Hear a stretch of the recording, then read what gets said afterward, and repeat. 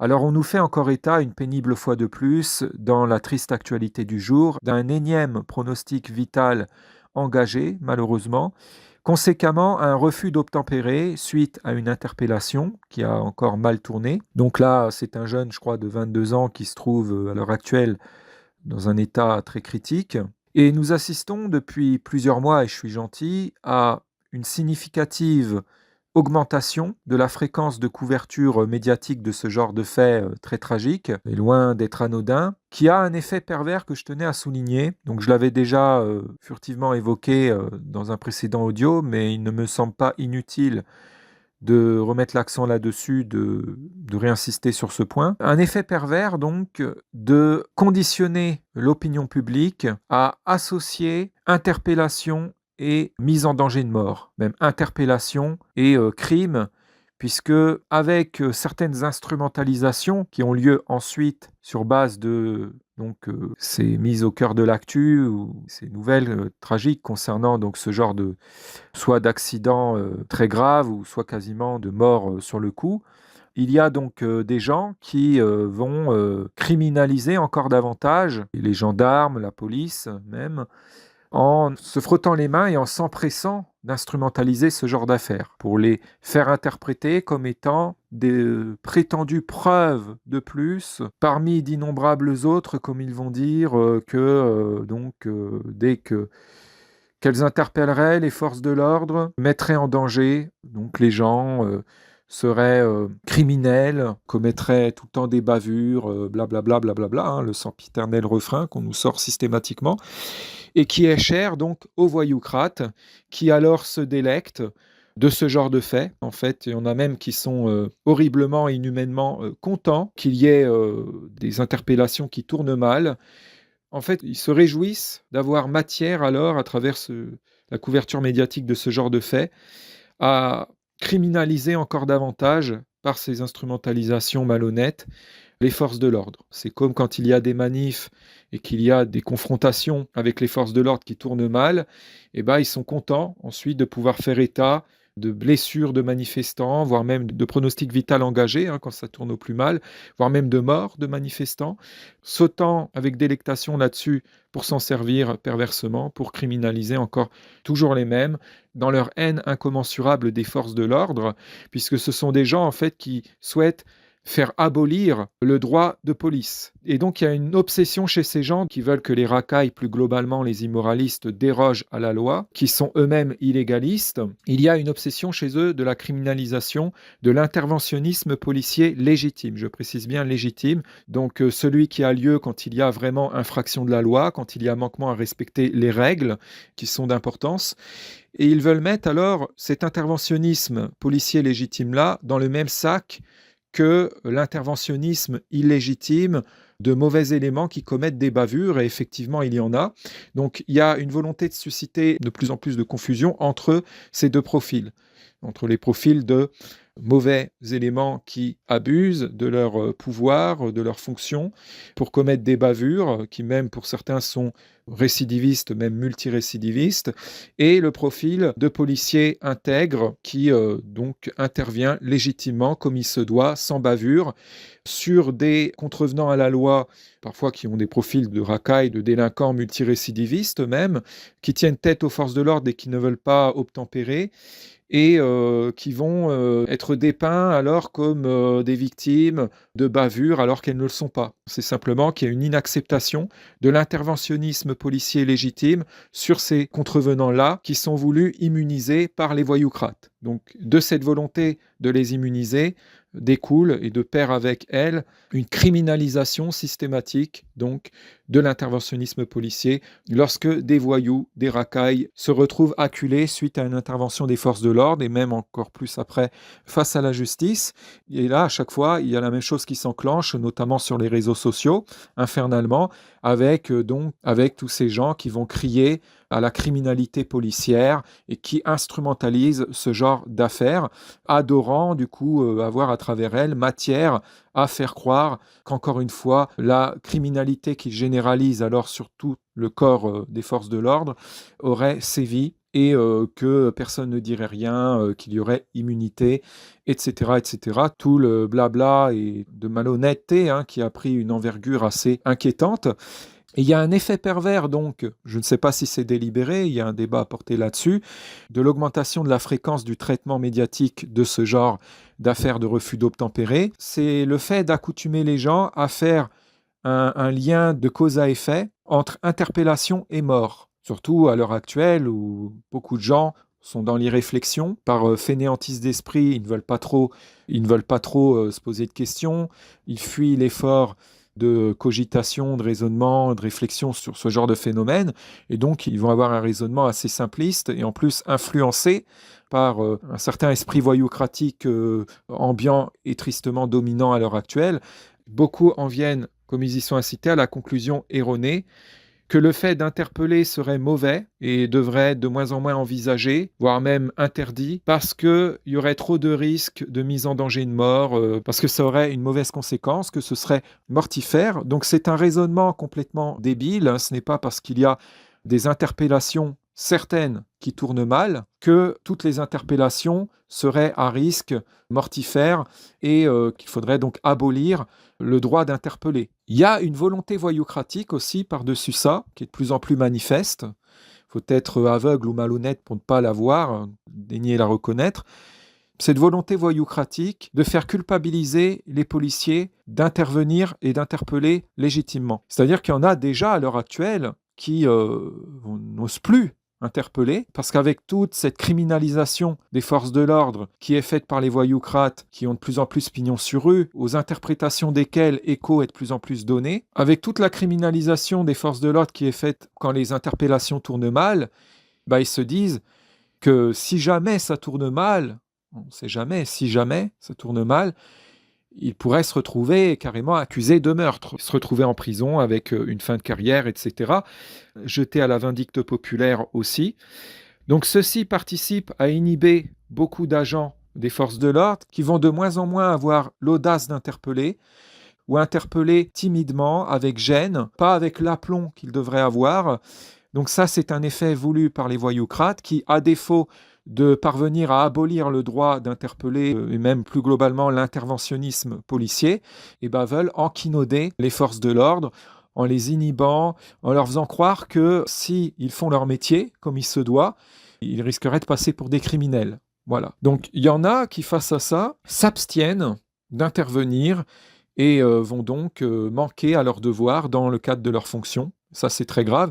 Et ça aussi, c'est une bavure. Il y a aussi la bavure dans ce sens-là. D'ailleurs, on en parle très peu. Autant il y a beaucoup de gens qui sont prompts à parler de bavure dans le cadre d'interpellations qui tournent mal, en jetant toujours le blâme sur les forces de l'ordre et jamais sur l'interpellé qui peut aussi avoir un mauvais comportement qui soit en cause. Si ça tourne mal, une interpellation policière, c'est pas forcément que c'est les policiers qui ont fait une bavure, qui sont en faute. La faute peut venir aussi, et voire même des fois exclusivement, pas toujours, je dis bien, mais parfois, ça peut venir de l'interpellé ou des interpellés, qui peuvent avoir une mauvaise réaction et provoquer la mauvaise tournure qui peut leur être préjudiciable et qui peut même découler sur une mise en danger de leur vie, un engagement de leur pronostic vital et même leur mort. Des graves blessures ou même des traumatismes quand ce n'est pas le cas. Et donc il y a cette idée reçue très problématique que je voulais dénoncer aussi. Je voulais mettre le doigt là-dessus, c'est assez tabou.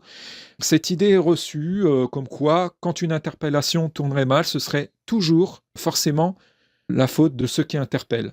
Et ce serait forcément alors les forces de l'ordre qui seraient incriminées. Il y a ce réflexe, très primitivement chez beaucoup, d'incriminer sans chercher à savoir, à connaître les faits immédiatement, spontanément, les interpelleurs. C'est d'une grande bêtise parce qu'il y a énormément de cas où il y a de la provocation en plus, où les interpellés se montrent non coopérants, rétifs, n'acceptant pas d'être interpellés et ne voulant pas reconnaître leur faute, n'acceptant pas d'être recadrés comme il se doit, n'acceptant pas l'intervention d'agents mandatés pour exercer une autorité et les rappeler à l'ordre, les rappeler au respect de la loi notamment, n'acceptant pas cela, ils vont faire en sorte que l'interpellation tourne mal, parfois même très vicieusement, très perversement, en pensant leur façon de faire, de sorte que ce soit l'agent qui interpelle qui soit mis en faute. Ils essaient de créer les conditions vicieusement avec toute une attitude et aussi beaucoup de victimisation mensongère, en mentant sur les faits, etc., pour faire croire que la faute viendrait des interpelleurs et pas des interpellés, pour se faire percevoir comme étant des victimes de bavures, d'abus, et se donner alors le rôle et l'image de victimes, pour ne pas reconnaître leur faute, pour ne pas reconnaître que ça part d'un de leurs torts et que ça a dégénéré, parfois très gravement, parce qu'ils n'ont pas accepté l'interpellation pourtant justifiée. Alors bien sûr qu'il y a des cas où il y a vraiment des abus de la part des interpelleurs, où effectivement ce n'est parfois pas reconnu, et ça c'est scandaleux. Donc effectivement, dans ces cas-là, il faut s'en indigner, il faut le faire savoir, il faut réclamer justice.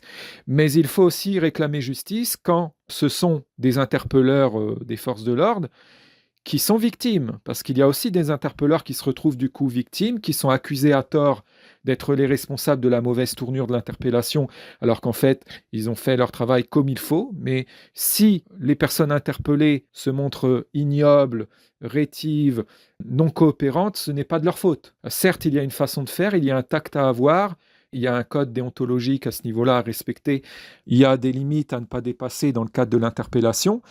Mais si des interpellés réagissent mal, c'est leur tort. Ça ne veut pas forcément dire que l'interpellation a été mal faite, que les agents qui sont intervenus ont fait quelque chose, ont mal procédé, et que ce serait à eux de se remettre alors en question, ou à eux seulement de rendre des comptes. Il arrive aussi que les torts soient partagés aussi. Donc il faut déjà prendre le temps d'étudier les faits, déjà se donner les moyens de les connaître, ou pouvoir les connaître suffisamment pour se prononcer. Que là, on voit, et c'est très problématique, beaucoup ne connaissent même pas vraiment les faits, n'ont même pas les moyens de les connaître parce que c'est traité médiatiquement assez superficiellement, si je puis dire. On n'a pas accès à tous les éléments, à toutes les infos, mais beaucoup se font déjà leur idée. Pour eux, c'est clair et net, ne savent quasiment rien de l'affaire à part que ça a mal tourné, que donc il y a un pronostic vital engagé, là, pour reprendre le cas dont ils nous parlent aujourd'hui.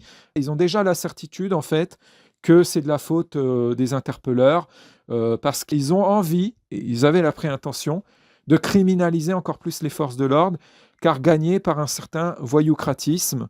Beaucoup aussi de gens lâches n'aiment pas le concept de police légitime, c'est-à-dire qu'ils sont contre le concept de se tenir à carreau et d'être recadré si on manque donc à respecter les règles nécessaires à une bonne vie en société ensemble, si on manque à respecter la loi en vigueur. Ils n'aiment pas donc avoir à se discipliner, à se comporter de façon civilisée dans la société. Ils sont eux-mêmes, pour beaucoup, d'une mentalité illégaliste.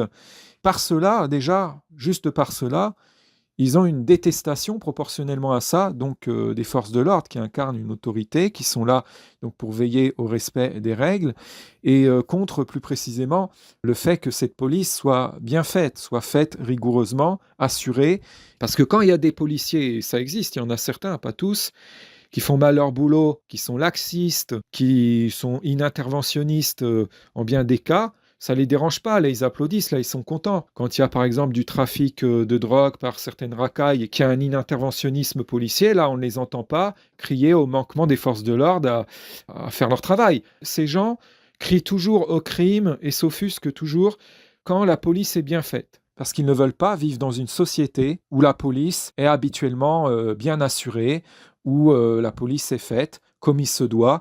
Rien que l'idée que ça puisse être le cas les angoisse. En fait, eux, ils sont pour un monde non policé, un monde libre d'immoralité, un monde où la loi n'est pas respectée, un monde où il n'y a pas d'ordre, un monde où ils peuvent mal se comporter sans avoir à rendre des comptes. Ils sont dans un libertarisme de pervers, un libertarisme d'immoraliste, et dès qu'on est contre donc leur concept de liberté d'immoralité et leur haine de la police morale et légitime, ils crient au liberticide. Ils prétendent qu'on serait pour tout interdire, qu'on serait des fachos, alors qu'en fait ce sont eux les fachos qui veulent imposer un droit d'immoralité et qui sont fascistes contre la police morale. Donc on les voit de plus en plus donc se régaler d'instrumentaliser ce genre d'affaires et ils veulent donc amener dans les esprits ce schéma, si je puis dire, de raisonnement, cette équation interpellation égale mort, pour conditionner les gens à mal voir l'interventionnisme policier, même à ancrer dans leur esprit une préconception de ce dernier comme quoi il serait forcément criminel. C'est-à-dire que dans la tête de beaucoup, sur qui ça prend, avant même qu'un agent des forces de l'ordre intervienne, ils sont déjà dans la pensée que ce sera criminel, qu'il ne pourra y avoir que de mauvaises conséquences. Donc ils sont déjà dans les starting blocks pour criminaliser le truc. Pour eux, ça ne pourra pas être d'autre nature que criminel. Et ça ne pourra certainement pas être vertueux dans leur tête. Donc si jamais l'interpellation se passe bien, que ça se montre vertueux, que ça a permis d'arrêter donc les gens qui ont enfreint et de contribuer à leur faire cesser leurs infractions, eh ben, ils vont se persuader que ça a été mauvais quand même, que ça a eu plus d'effets négatifs ou que c'est quand même criminel. Voilà, pour ne pas donc se déprendre de leur mauvaise conception de l'interventionnisme policier, pas faire de travail de remise en question. Donc c'est triste. À l'heure où l'interventionnisme policier devrait être encouragé, facilité, où il est de plus en plus de mise, là, les conditions sont créées infernalement pour le compliquer. Pour compliquer le travail aux policiers honnêtes qui veulent intervenir quand il y a raison d'intervenir, les conditions sont créées pour que ça leur demande encore plus d'audace et pour qu'ils encourent de plus en plus un risque de passer pour des criminels, d'être condamnés pour ça. C'est grave quand même. Donc il y a, si je puis dire, comme un lobby voyoucratique qui veut cela, qui veut que l'interventionnisme policier soit de plus en plus mal vu. Et comme tout fasciste, ces voyoucrates veulent que leur volonté soit la volonté de la majorité, même que le monde soit unanimement aligné à leur volonté. Donc, parce que eux n'aiment pas l'interventionnisme policier légitime, ils exigent que tout le monde communie avec eux dans cette détestation. C'est à ça aussi qu'on reconnaît le fascisme, la volonté d'universaliser leurs idées, leur détestation, leur volonté, leurs idéaux, parce que eux veulent quelque chose, tout le monde devrait le vouloir, parce que eux détestent quelque chose, tout le monde devrait le détester, parce que eux veulent que les choses soient comme ceci ou comme cela, tout le monde devrait les vouloir ainsi. Donc ils œuvrent pour aligner les gens à leur volonté, à leurs désirs, immoraux en plus, donc deviennent tyranniques. Et donc ces gens crient à l'injustice lorsqu'ils voient des personnes qui refusent de communier avec eux là-dedans. C'est-à-dire qu'à leurs yeux, l'injustice n'est pas la vraie injustice, mais c'est quand justement il y a volonté de justice qu'ils vont crier à l'injustice. En fait, ce qu'ils considèrent et font valoir comme étant l'injustice insoutenable, auquel il faudrait mettre un terme, c'est le refus d'aller dans leur sens de voyoucrates, c'est le refus de criminaliser toujours plus la vigilance et l'interventionnisme policier et d'œuvrer pour toujours plus de liberté, d'immoralité, de sévices, de crapulerie. Voilà. Ce sont des gens qui veulent l'injustice et qui font passer pour injuste toute objection à la défense de l'injustice. Donc je salue au passage les agents des forces de l'ordre qui ont le courage de continuer d'intervenir au risque de se faire diffamer, de se faire tailler une répute de criminels par ces tarés d'immoralistes voyoucrates qui en fait sont juste des gens qui ne supportent pas l'ordre et qui deviennent hystériques à la seule idée que l'interventionnisme policier soit accepté dans cette société et subsiste, parce que ça les angoisse et ils se disent qu'eux, ils pourraient se retrouver interpellés peut-être demain, que si des racailles comme eux se sont fait interpeller, ça peut leur arriver demain. Donc du coup, ils font tout pour créer, maintenir et amplifier l'illusion que tout interventionnisme policier serait criminel, mortifère, que bientôt les policiers seraient un danger public, etc. Et que tout interpellé serait quelqu'un de menacé de mort, en fait. Voilà. Et ce qui est hallucinant aussi, c'est qu'ils nous dressent alors un portrait d'un monde sans police, qui correspond à leur idéal, sans police morale du moins, parce que en fait, si on réfléchit bien, c'est eux qui voudraient faire la police. En fait, ils voudraient une abolition du droit de police morale pour eux, faire leur propre police à eux, et remplacer la police pour s'imposer comme autorité, pour faire passer leur police immorale à l'envers pour la bonne police. Mais pour cela, ils ont besoin d'abolir tout d'abord le droit de police normale et d'annihiler, si je puis dire, la vraie police et la bonne police pour la remplacer par leur police d'immoralistes, d'inversionnistes, pour ensuite faire leur propre police qui réprime et condamne le bien et protègent, immunisent la criminalité. Voilà leur idéal. Et donc, ils nous dressent un portrait d'un monde où il y aurait ça, infernal, avec donc une police à l'envers, et où les immoralistes auraient tous les droits de crapulerie. Ils nous dépeignent ça comme le meilleur des mondes. Voilà le monde qu'ils nous proposent, voilà ce qui correspond à leur idéal et ce qu'ils essaient de magnifier, notamment dans beaucoup de leurs sous-œuvres, et ce pourquoi ils nous somment d'être. Donc dès qu'on ne veut pas être pour ça, ils nous cataloguent d'injustes et nous font procès parce qu'on n'est pas voyoucrate. Il y a de plus en plus une dictature du voyoucratisme, et comme il y a plein de gens lâches qui n'osent pas tenir tête aux voyoucrates qui deviennent vraiment très fachos là-dedans, beaucoup font les carpettes et puis jouent le jeu et adhèrent à ces concepts voyoucratiques, voilà, en s'auto-persuadant que les voyous seraient chics, que la crapulerie ce serait fun, que ce seraient les gens qui seraient pour l'ordre, pour une société sécurisée, pour une société morale qui seraient les gens craignos, voilà, donc ils se retrouvent complètement dans l'inversion en fait, du coup. Donc c'est aussi une dictature forcément de l'inversionnisme, et on voit, il y a de plus en plus de sous-œuvres qui héroïsent les crapules, qui héroïsent les voyous. Ça va jusqu'à l'apologie du grand banditisme. Il y a même des clips qu'on voit à je ne sais combien de millions de vues où ça glorifie la criminalité limite mafieuse, ou même il y a des acteurs en agents de force de l'ordre qui sont maltraités, des contenus qui promeuvent ce suprémacisme voyoucratique qui est en train de prendre de l'envergure, de se massifier catastrophiquement.